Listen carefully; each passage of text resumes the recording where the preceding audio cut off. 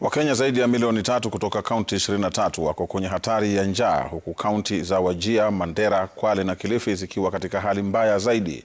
Naibu Rais Kithure Kindiki aliyeongoza kikao cha kutathmini mikakati ya kukabiliana na hali hii, akitangaza kutolewa kwa shilingi bilioni 4 zaidi kufanikisha mpango huo. Kamau Mwangi anatuarifu zaidi.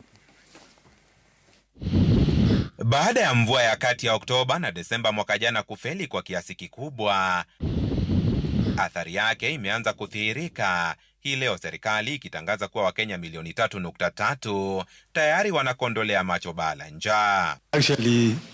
Kwenye kikao na mawaziri na makatibu walioko kwenye kamati inayoongoza shughuli za kukabiliana na janga hili, Naibu Rais Kithure Kindiki ametangaza kuwa serikali imetoa shilingi bilioni 4.1 kufanikisha juhudi hizo zinazoendeshwa katika kaunti 23.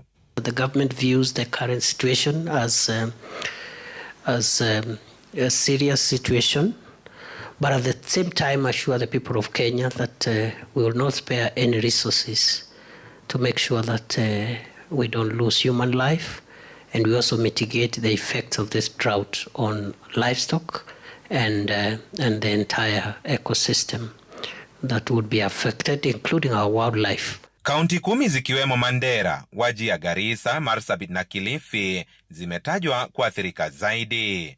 Baadhi ya maeneo hayo yakihitaji usaidizi wa dharura kama vile vyakula kwa binadamu na mifugo. We need to work on the last mile delivery of food.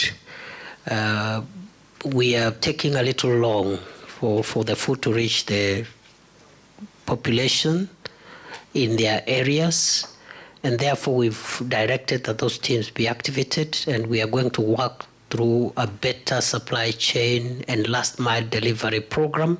Aidha, serikali za kaunti pia zimetakiwa kuhakikisha mahitaji maalum ya kaunti hizo yanashughulikiwa kwa dharura inayohitajika.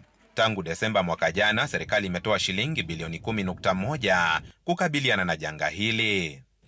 Overall 3.3 million people across our country are affected, and we also need food to reach our schools, to make sure that our learners are not disrupted by the ongoing drought situation. Mamlaka ya kudhibiti makali ya kiangazi nchini NDMA imeonya kuwa iwapo mvua inayotarajiwa Machi pia itafeli, idadi ya Wakenya watakaokuwa hatarini inatarajiwa kuongezeka pakubwa.